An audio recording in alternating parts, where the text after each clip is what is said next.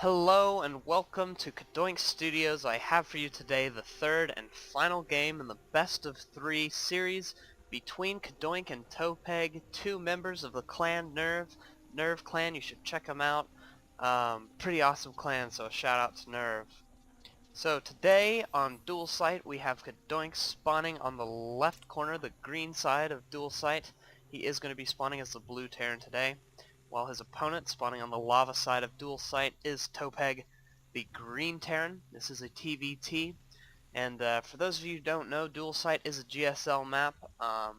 One half of the map is grassy, while the other half is like a lava, sort of volcanic map. So pretty cool for having kind of two different environments in one map. I really enjoy that. We have two watchtowers in the center of the map, and the map is split diagonally. We have an expansion for both players. Pretty defendable mat. You have a little spot up here where units could come in, but there are these this brush that makes it to where you can't really see past unless you have units, and then you have this little spot here. So kind of two medium-sized chokes. Then you have a third either here or here, depending on how you want to take your expansions and that sort of thing. So right now we see some pretty normal things coming from each player. We see the barracks and refinery going down for Cadoink. Same for Topeg, both players choosing not to wall off at their ramp. Something that neither of the players have done since Game 1. Topeg did opt to do that in Game 1, so if you haven't seen Game 1 you should check it out. And a reminder of the score: the first game was won by Topeg, while the second game was won by Cadoink, so whoever wins this game wins the series. And so we will see who wins it. So pretty normal things for both players at this time, nothing too out of the ordinary. We do see Cadoink getting his orbital command up a little bit before Topeg, going for a kind of mule economic play, and Topeg has now just started his orbital command. We see Cadoink being very active with his scout poking around the base, making sure he doesn't see any hidden barracks like in game number 2, where Topeg snuck a very nice barracks and almost beat Cadoink with an all-in sort of play. And we do see Topeg trying to clean up this SCV with a marine. And Topeg is opting to get a second barracks rather than going for that factory. So we will see a more marine heavy play, perhaps a marine marauder play instead of a factory tank play, while Cadoink is opting to get that early factory and get up those siege tanks as soon as he can.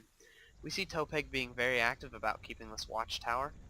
That's very good on his part. He is going to be sending this marine out to this watchtower as well, so he'll have a pretty good amount of vision over the center of the map, and he will be able to see when Cadoink chooses to move out, if and when Cadoink chooses to move out. Factory's still not quite done for Cadoink, and he is getting his second refinery up to get that extra bit of gas so he can make sure he's popping out those tanks as quickly as possible. While Topeg is getting a third barracks as well as a tech lab, so we will see a marine marauder play coming from Topeg and a tank marine play coming from Cadoink. Both very good strategies, very viable strategies. The siege tank play kind of benefits in being a much stronger play. However, it doesn't have the mobility that Marine Marauder has, because Marines and Marauders don't have to siege up and sit there. So Topeg will be able to have map control and move around the map and try to get some good positions around the tanks. We do see the first siege tank coming out for Cadoink at this time. At the same time, he's getting his starport up. Going to be getting most likely medevacs. I don't foresee Banshee play, as they're not too close together. It's not a close air sort of map, so Banshees would probably be less effective on this map. However, drops would still be very effective, and we may see drops coming from either players. But at this time we do see a Viking, as well as the tank finally popping out, and another one should be started once the minerals and gas has come to the right level. No, we do see a Hellion actually for Cadoink. This may be to do some scouting or some worker harass, and at the same time as this, we do see Topeg moving out with a nice force of Marines and Marauders, and Cadoink doesn't have much in the way of defense. He only has that one siege tank, and siege mode is not finished yet. But we do see a Viking, so he will be able to get that extra bit of vision he needs for the siege tank when the siege tank is able to siege up. We see back in Topeg's base, he's still continuing to build out of those 3 buildings. while Cadoink is deciding to take an expansion, and a little bit afterwards Topeg decides to take his expansion as well. So both players are kind of on the same level economically. We do see Cadoink poking out with his Hellions just in time for the Marines and Marauders of Topeg to come and see the Hellion. So the Hellion will be spotted and he will be able to hold off this Hellion. However, I think Cadoink is not trying to do damage here. He's just trying to see what's going on. He does see this expansion. He will see those Marines, and he will see these 3 barracks. And he'll then know that this will be a more Marauder heavy play, and he's going to have to focus on making sure he has good positioning with his tanks. We do see the Hellion trying to poke up and do some damage to the workers, just kind of, I guess, scaring Topeg off as no workers were killed. And the Hellion does go down to these Marines and Marauders. We see Topeg putting down another barracks as well as a factory, so he might decide to put a few tanks in there to deal with Cadoink's tanks, and we do see another refinery going down in anticipation of having to build out of that factory. See back in Cadoink's base, he has a tank sieged up as well as his Viking here. Like I said, this Viking is used to get this extra little bit of vision that Cadoink wouldn't normally have if that Viking wasn't there. We see the orbital going up for Cadoink. Topeg is going to be getting his soon here in a minute. And we do see Topeg starting to move out with a nice force of Marines and Marauders. And they're going to be able to see this Viking and maybe pick it off. But the siege tank is going to do a lot of damage to this Marine Marauder force, and he's stimming forward, and he's going to be target firing the tank. The tank does go down. Cadoink opting to land his Vikings so that he can do an extra little bit of damage. A few Marines, but man, Topeg's army is nice and strong, especially with stim. They are able to pick off all the Marines and Marauders as well as that extra Viking that he landed. And now Cadoink is in a lot of trouble as he's going to have to pull his SCVs away from his expansion and lift up his expansion. Luckily, all that's left for Topeg is a few Marauders, so the expansion lifting up will be effective in saving it. And Cadoink luckily has his tank on the high ground, so Topeg will have to run away for now. And Cadoink will be able to re-land this. Oh, but Topeg stays for reinforcements. 2 Marines and another Marauder come up. They're going to be poking around. They are going to see that these 2 siege tanks are up on this high ground. Cadoink moving his Marines and Vikings back, very smart, and sieging up his other tank. Now Topeg won't be able to do that much, and he is going to be able to go home. But this should have given him time to start his orbital command, and hopefully he'll start getting start mining. You see Cadoink landing his orbital command and casting down a mule, getting ready to resaturate this, which is very good on part of Cadoink.